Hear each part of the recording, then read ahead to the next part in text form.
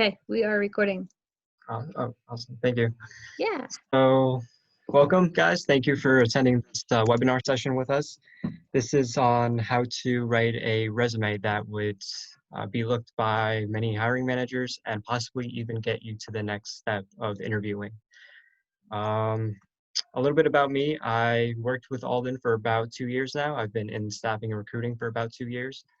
I've personally reviewed around 10,000 resumes. I've hired around 25 individuals in Connecticut, and I've been mentored by Alden, which I think is an amazing thing. He was a former talent director for Quest Global, which is an engineering firm.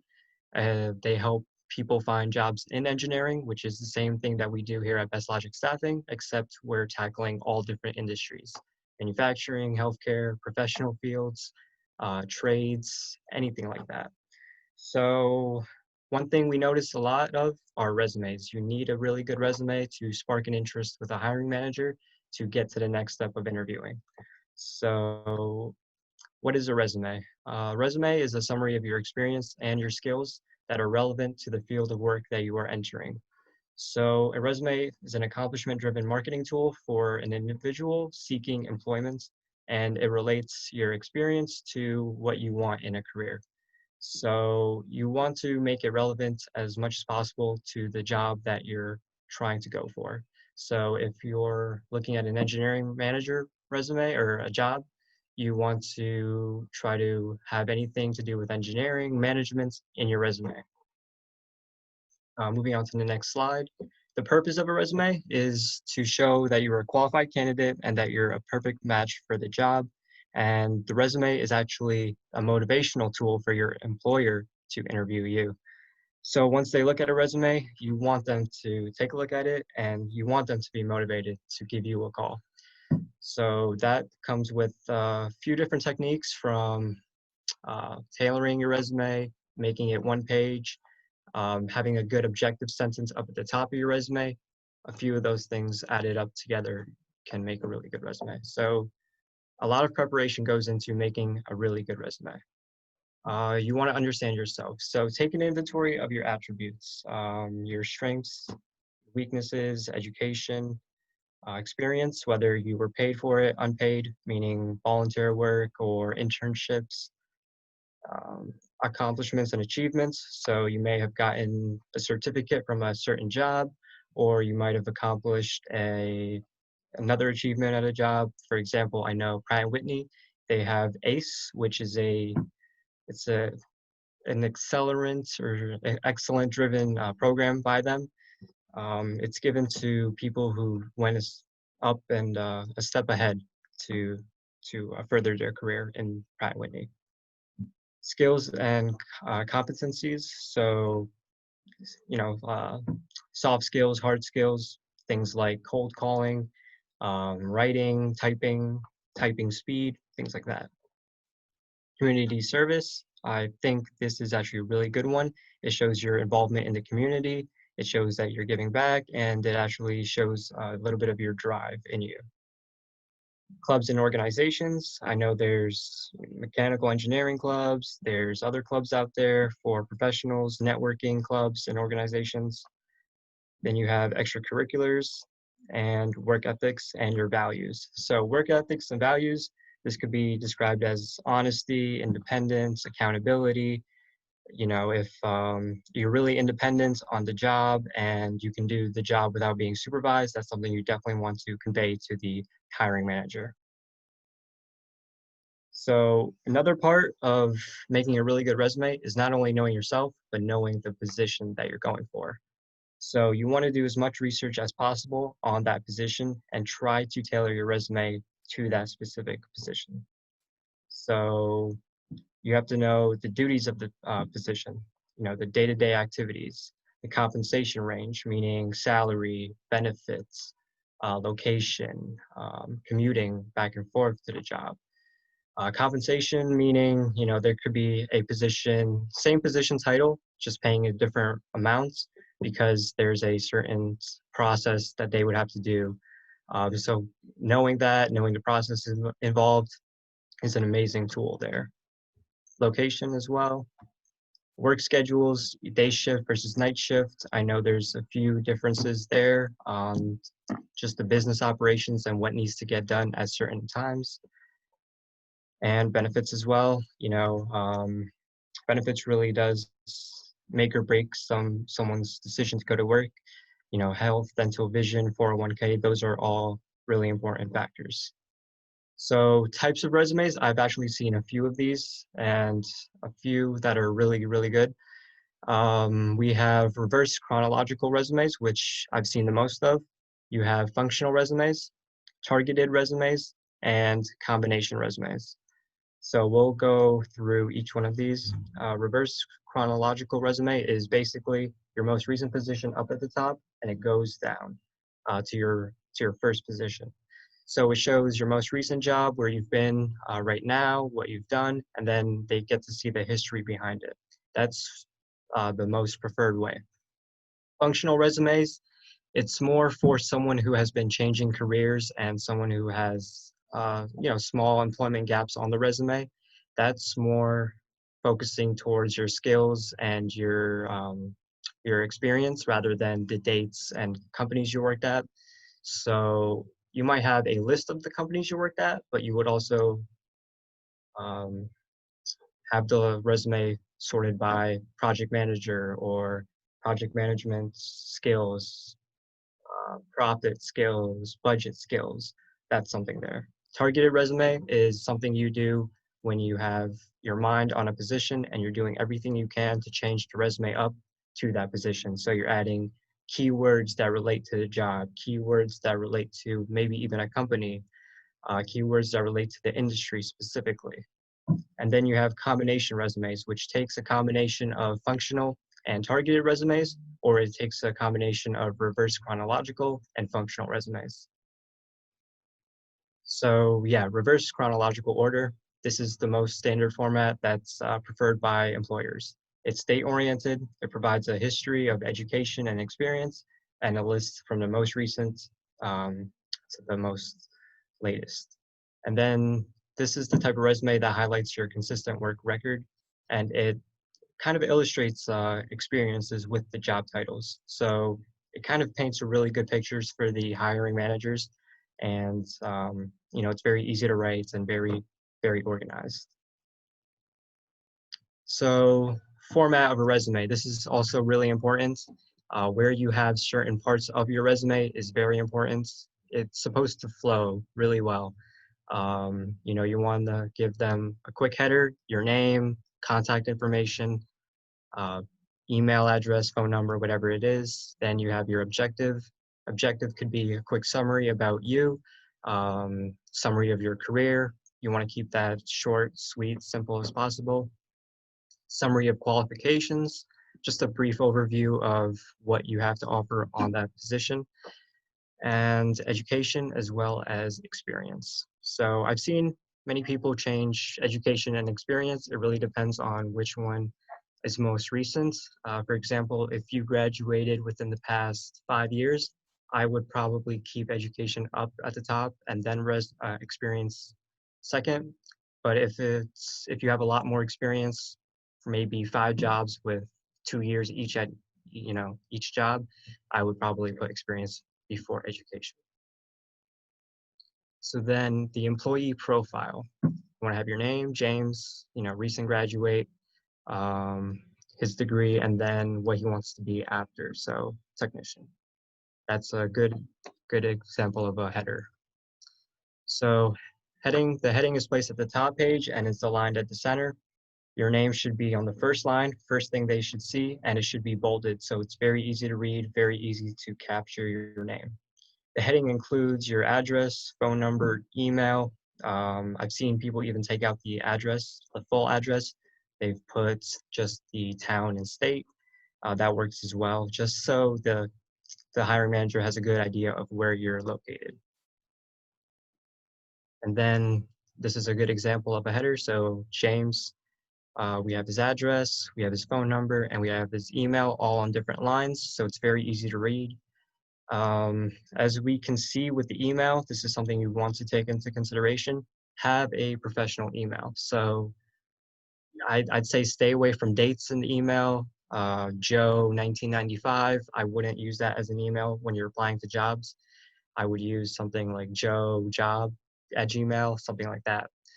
Or Skater Brad at Yahoo. You don't want to use that. So the objective should consist of 1 to 2 short sentences. It should specify the type of position you are seeking. It should tailor your objective to the company that you're applying to. So I know this depends on which company you're applying to, but it should be a quick fix or a quick edit to just tailor it. So instead, I want to be an engineer at this company. You just have to change it for each company that you're applying to. Do not use generalized statements or flowery language. Really just keep it, you know, uh, like third person if you can, and do not focus on what you can or on what the company can do for you.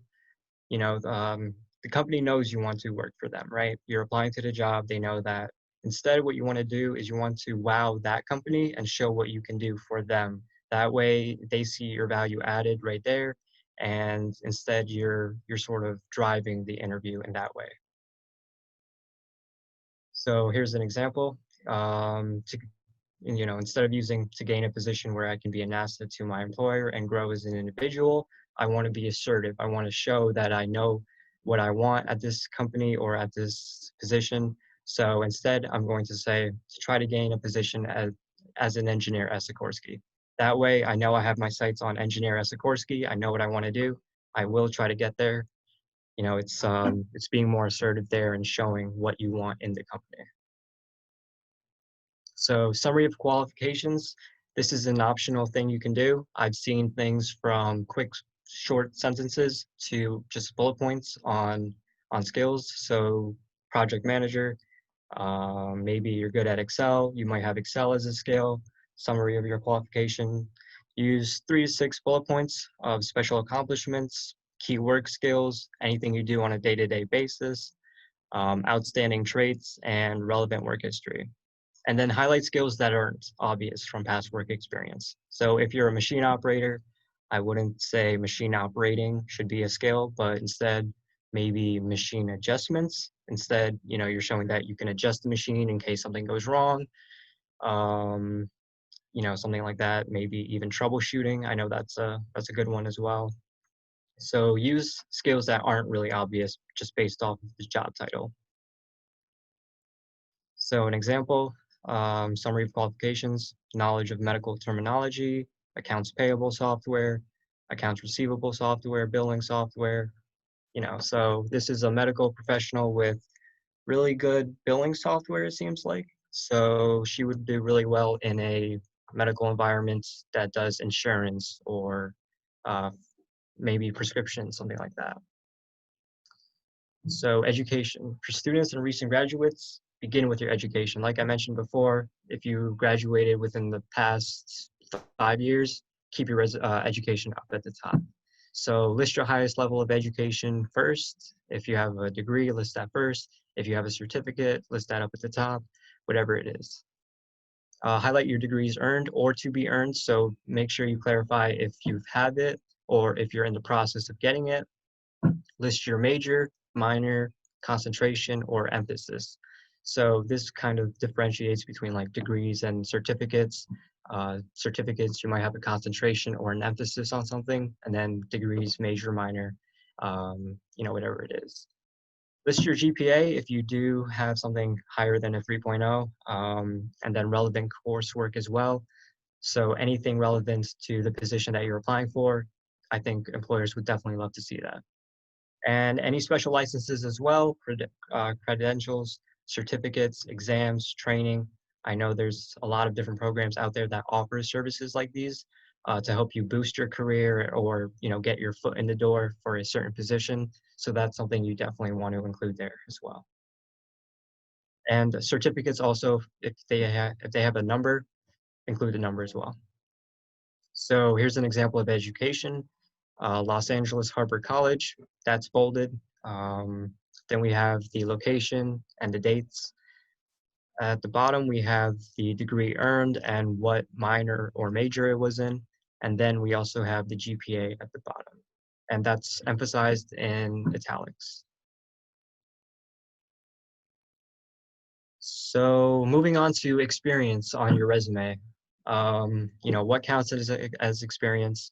What do you want to emphasize and what do you want to minimize on your resume? Quantifying your experience, which I think is a really good thing, and expanding on your skills and just the overall format of your experience. So what counts as experience? Any positions related to the job you are seeking, anything from paid, unpaid employment, internships, organizations, volunteering, and community service.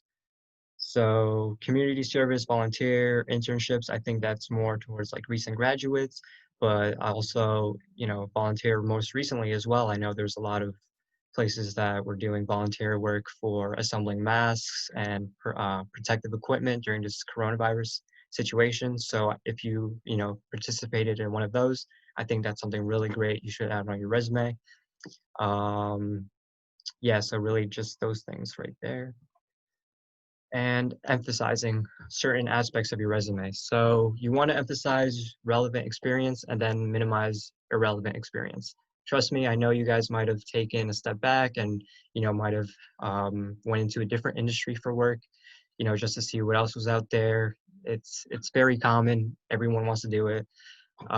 So if you find yourself, doing that or having that issue from the past, you probably want to minimize the irrelevant experience or that position that you had for a couple months or a year that just isn't the same as the rest of your jobs. You do want to emphasize everything else and then minimize that. So whether that be removing certain bullet points or just shortening the sentences, that works. And then you can distinguish between relevant experience and additional experience. So anything additional that you think you could add to your resume that you think the employer would like just based off of the job, definitely add that in there if you think it can help you get to the later stages. List your accomplishments, not just responsibilities. So mention ideas that you had that improved your work environment, anything from improving the process or improving something else in the job site. Like let's say I helped my team versus I helped my team gain an average of 15% on their assessments by taking 5 minutes in the beginning of getting our assessments to review the materials. That's something that definitely would be an accomplishment and employers would love to see. And using vocabulary and keywords from your field. So this is very important, using keywords, using any terminologies that are really important and pertinent in your industry.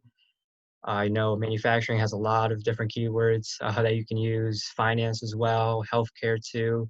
So there's a lot of different insider industry things there that you can add in and throw in that employers would love to see. So quantifying your experience. If you were a supervisor, how many people did you supervise? Was it one? Was it 5, 10,000? That really does determine, which way a company would want to go. So if you had direct reports, how many direct reports did you have? Or if you improved sales, by how much and how? So instead of saying I improved sales by 5%, say something like I improved sales by 5% through cold calling each company 5 times until I got a meeting, something like that. So that's really the main thing that these employers are looking at. They want to not only see how you did or what you did, but how you did it and what did you do to get to that step. And that's something that can really determine if you make it to the next step in interviews. So expand on your skills. Take a look at your strengths and try to expand on it as much as possible. Good communication skills, organizational skills, leadership even, ability to work on a team, good work ethic, and interpersonal skills. You want to just survey yourself, understand yourself, and then translate those onto your resume. So format of the resume. You should separate your resume by company name, location of the job title, the dates of employment, and everything you've done on the job. Make this section as easy to read as possible. Use spacing, make sure everything's well spaced out, not too crowded, and use bullet points just so it's easy for their eyes to read. Usually I've seen some paragraph resumes. Those are okay if it's a technical position, a lot of different steps involved. But if it's, something like engineer or manager, supervisor, machine operator, use bullet points. It's very easy and your point will go across. Use correct verb tenses, so present tense, past tense, for each position. If you're currently working at the job, use current tense. If you worked at the job, past tense. So changing supervised to supervised, anything like that. And then using terms that only an insider would understand. So that really depends. I've seen a lot of terms that engineering managers would like, only they know, but they've seen on a resume and they're very interested. So it really depends. But I'd say general keywords, buzzwords, as we call them in the industry, that's something you can use. So an example right here, experience, JCPenney. We have the location there, the dates right there, sales associates right underneath, and JCPenney is bolded, everything else is not. And then we have the bullet points. It's pushed out a little bit, tabbed, indented, and bullet point format. And it's in the past tense as well. So you can definitely add other sections to your resume, anything from honors, activities, and skills. Skills, I guess you can tie that into summary of qualifications. It's all, it all depends on how you change it. So summary of qualifications is more of a sentence format rather than skills is more of a bullet point format. So me personally, I use skills a lot. I think it's very easy for the customer to read or the hiring manager to read, understand, and get a quick overview of what you have. References as well. I've seen a few resumes where references were listed on there. Typically, you do not want to put references on your resume. If an employer wants, they would ask you for your references afterwards. They would say, hey, do you have a reference I can call? And that's usually where you would put that or give it to them. I've seen a lot of references available upon request. That's something you want to do. Or, you don't have to do, but it's something that you could do. Employers will contact you for references if necessary. So if they feel like you're a really good fit, but they just have a question about the company you worked for and the type of customers they had because they want to just make sure it's a good fit, they'll contact your reference there. Choose professional references rather than personal references, meaning any past supervisors, anyone who you reported into directly. That would work really well as a reference because you're working under the person who is referring you. They have experience managing you. They have experience, seeing your work ethic, what you have to offer. They will give you the best reference you can, and it'll have more weight to it than a coworker or a parent or something like that, or something like that. You can use a coach as well, mentor, whatever it is in a professional setting. So you also want to practice good etiquette and ask your references for permission before using them as a reference. So this is very important. Just make sure you ask your previous boss or whoever it is, hey, is it okay as, can I list you as a reference for this job I'm going after? Just make sure it's okay. So overall format of a resume. These are things from font sizes, the type of fonts, the margin settings in Word or whichever typing software you use. So mainly what I've seen, a lot of Times New Roman or Arial fonts. You want to keep them size 10 to 12 and margin around an inch. So you have an inch of white space around the text on the resume. You want to avoid abbreviations, use full words if you can, and then use bold, italics, and underlining scarcely. So use them only if needed. If you're typing a company or a position, something like that, you want to use bold, italics, and underlining. And print your resume on white or neutral color paper, 8.5-inch by 11-inch paper. That's the um, standard size for paper and Word files as well. So here's just a quick example of a resume. It's not what you would see on just a resume. It's everything.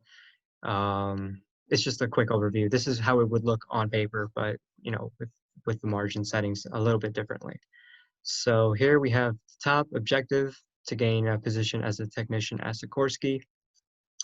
His summary right here. So he has summary of medical terminology, education, and then experience right there. So this is a really good format of a resume. Try to keep it this format if possible. And then that's it. But any questions on anything we talked about recently? Anything with the format, resume, interviews even? Anything I missed? Anything you guys would like to learn maybe? I think that was great. Thank you very much. You kind of covered it all, just about.